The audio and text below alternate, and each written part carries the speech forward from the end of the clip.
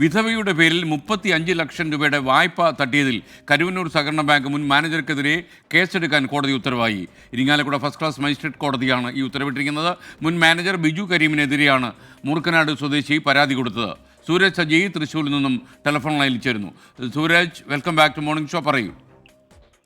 കോടികളുടെ തട്ടിപ്പ് നടന്ന കരുവന്നൂർ സഹകരണ ബാങ്കിൽ തട്ടിപ്പിനിരയായ സ്ത്രീ നൽകിയ പരാതിയിലാണ് ഇപ്പോൾ മുൻ മാനേജരെ പ്രതി ചേർത്തുകൊണ്ട് കേസെടുക്കാൻ കോടതി ഉത്തരവിട്ടിരിക്കുന്നത്. മുൻ മാനേജരും അതുപോലെ തന്നെ കരുവന്നൂർ തട്ടിപ്പ് കേസിൽ മുഖ്യ പ്രതിയുമായ മാപ്രാണം സ്വദേശി ബിജു കരീമിനെതിരെയാണ് കേസെടുക്കാൻ ഇരിങ്ങാലക്കുട ഫസ്റ്റ് ക്ലാസ് മജിസ്ട്രേറ്റ് കോടതി ഉത്തരവിട്ടത്. മൂർക്കനാട് സ്വദേശിയായിട്ടുള്ള അന്തരിച്ച ഗൗതമിന്റെ ഭാര്യ ജെയ്ഷ നൽകിയ പരാതിയിലാണ് ഇപ്പോൾ കോടതിയുടെ ഇടപെടൽ നടന്നിരിക്കുന്നത്.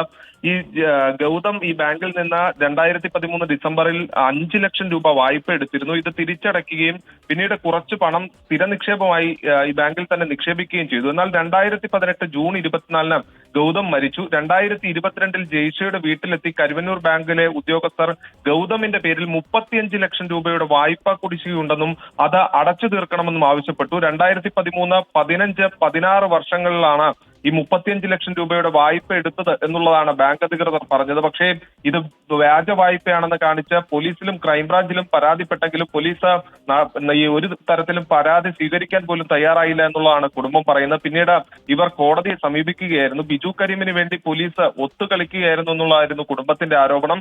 വ്യാജരേഖ ചമച്ച് ഇവരുടെ പേരിൽ വായ്പ സൃഷ്ടിച്ചു എന്നുള്ളതാണ് കുടുംബത്തിന്റെ ആരോപണം. തുടർന്ന് കോടതിയെ സമീപിക്കുകയും കോടതി ഇതിൽ അനുകൂലമായ ഉത്തരവിടുകയുമായിരുന്നു. അങ്ങനെയെങ്കിൽ ബിജു കരീമിനെതിരെ കേസെടുക്കുന്ന നടപടികളിലേക്ക് ഇനി പോലീസിന് കടക്കേണ്ടി വരുമൊക്കെ. Okay, thank you. സൂരജ് സജിയാണ് വിവരങ്ങൾ നൽകിയത്.